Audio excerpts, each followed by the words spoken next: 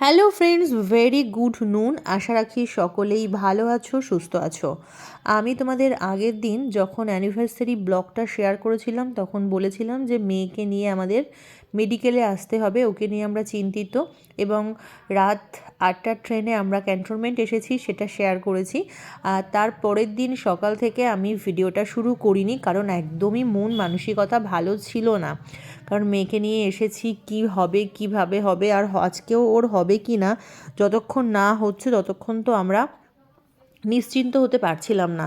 তাই সকাল থেকে আমি কোনো ভিডিও শেয়ার করিনি। আর এখন আমার মেয়ের লেজার থেরাপি হয়ে গেছে, আর ওর সঙ্গে ওর পাপা সবসময় ছিল, আর আমি ছিলাম মানে অপারেশন থিয়েটারের বাইরে কাচের ভিতর থেকে আমিও সবটা দেখেছি। আসলে এতটা দেখার সুযোগ থাকে না, তোমাদেরকে দেখালাম। এখানে আরও একজন ভাই ও আছে, ওর জন্যই আমরা এতটা সুন্দরভাবে আমরা এখানে সব কিছু চিকিৎসা করতে পেরেছি। তো সব কিছু হয়ে যাওয়ার পরে আমি এখন ওষুধ টষুধ বুঝে নিচ্ছি। আজকে দুষ্টুকে এনেছি, ওকেও দেখানোর কথা ছিল, কিন্তু আমাদের আসতে আসতে একটু দেরি হয়ে যাওয়ায় দুষ্টুরটা আর হয়নি। মাকেও দেখিয়েছি, আর মেয়েরটা কমপ্লিট হয়ে গেছে। এবং আমি এবং আমার হাজব্যান্ড আমরা দুজনেই ভীষণ স্যাটিসফাইড যে ডাক্তারের হাত দিয়ে করিয়েছি। তো শেষমেশ ভাবলাম যে আমিও একটু দেখিয়ে নিই। তো ওই ভাই বলছিল, এতক্ষণ তুমি বলোনি কেন দিদি, তাহলে তো অনেক আগেই হয়ে যেত। আমি বললাম আসলে মেয়েকে নিয়ে এত বেশি চিন্তিত ছিলাম, ওরটা আগে হয়ে যাক, তারপর আমারটা দেখাবো, আমাদের তো এখনও আসতেই হবে। তো তারপরে আমিও একটু দেখিয়ে নিলাম। তো এখন আমরা বেরিয়ে আসছি, মোটামুটি হয়েই গেছে। আর শুনু ডাক্তারের সাথে ভীষণ ভালো কমিউনিকেট করেছে, ওই জন্য ওকে অ্যানাস্থেশিয়া করতে হয়নি। ওকে যেমনভাবে ডাক্তারবাবু বলেছে সেরকমভাবেই ও চোখটাকে ঘুরিয়েছে, কখনো এদিকে কখনো ওদিকে। আসলে ওর চোখের যে অংশগুলো প্রবলেম ছিল সেখানে ওই আলোর রশ্মিটা চোখের মধ্যে ফেলতে হচ্ছিল। তো আমিও সেটা বাইরে থেকে দেখছিলাম যে ডাক্তারবাবু কীভাবে করছে। আর যদি সেটা ও একটু এদিক ওদিক হয়ে যায় তখন কিন্তু সেটা অন্য জায়গায় পড়বে। ওকেও ভীষণ শান্তভাবে ডাক্তারবাবুর কথা শুনে মনোসংযোগের সাথে ডাক্তারবাবুকে সাহায্য করতে হবে, তা না হলে মুশকিল হতো।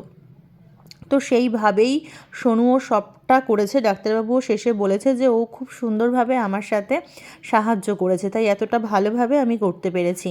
আর করার পরেও ডাক্তারবাবু দেখে নিয়েছে যে সব কিছু ঠিকঠাক আছে। আর মোটামুটি আবার 4 মাস থেকে 6 মাসের মধ্যে ওকে নিয়ে আসতে বলেছে, যদি না এর মধ্যে তেমন কোনো সমস্যা হয়। তো এখন দেখো আমরা বেরিয়ে এসেছি, এখন ওই 1টা মতো বাজে। আসলে এই জিনিসটা আমাদের কাছে সম্পূর্ণ অজানা ছিল, তারপরে অনেক বেশি ভয়ও পাচ্ছিলাম আমরা, বিশেষ করে ও ছোট মানুষ, আর চোখের উপরেই তো ওর পুরো জীবনটা দাঁড়াবে। আর এইটুকু একটা মানুষের চোখে এরকম কি হলো। তো সেটা মোটামুটি আজকের মতো সব কিছু ঠিকঠাকভাবে হয়ে গিয়েছে। আর ওকেও দেখে তোমরা বুঝতেই পারছো, এখন চোখে একটা না কি ওষুধ দিয়েছিল, সেই জন্য চোখের চারপাশটা সাদা সাদা হয়ে আছে। তো সেটাই ওর পাপা একটু জল দিয়ে মুছে দিচ্ছে। আর এইখানটাতে এসে আমরা ভাবছি যে কিভাবে বাড়ি যাব, শিয়ালদা হয়ে যাব না আবার মেট্রো করে ফিরবো, সেই সবই আলোচনা চলছে। কোন ট্রেন আছে এরপর সেটাই দেখে নিচ্ছি। তো তারপর শেষমেশ ভাবলাম যে মেট্রো করেই ফিরি। দুষ্টু একটু মেট্রো করে বাড়ি ফিরতে ভালোবাসে, আসলে খুব একটা মেট্রো চড়া হয় না, আমাদের এদিকে তো লোকাল ট্রেনই আমরা বেশি চড়ি, ওই জন্য আবার আমরা মেট্রো করেই ফিরবো বলে ঠিক করলাম। তো চলো আজকের ভিডিওটা খুব একটা বেশি বড় করব না, আর এই ফেরার সময়টুকুই অল্প অল্প নিয়েছি। আর এখন চলে এসেছি ক্যান্টনমেন্টে, আর এখানে একটুখানি আখের রস খাওয়া হচ্ছে, আর পম জানি না কি একটা মাকে বোঝাচ্ছে, তো সেটাই একটুখানি তোমাদের সাথে দেখালাম। তো চলো আজকের মতো বিদায়, তোমরা ভালো থেকো, সুস্থ থেকো, দেখা হবে আবার নেক্সট ব্লগে। আমরা এখান থেকে ক্যান্টনমেন্টে ফিরবো, পম বলছিল আজ রাত্রিরেই বাড়ি ফিরবে, কিন্তু আজকে আর মনে হয় ফেরা হবে না, কালকে নাগাদ ফিরবো।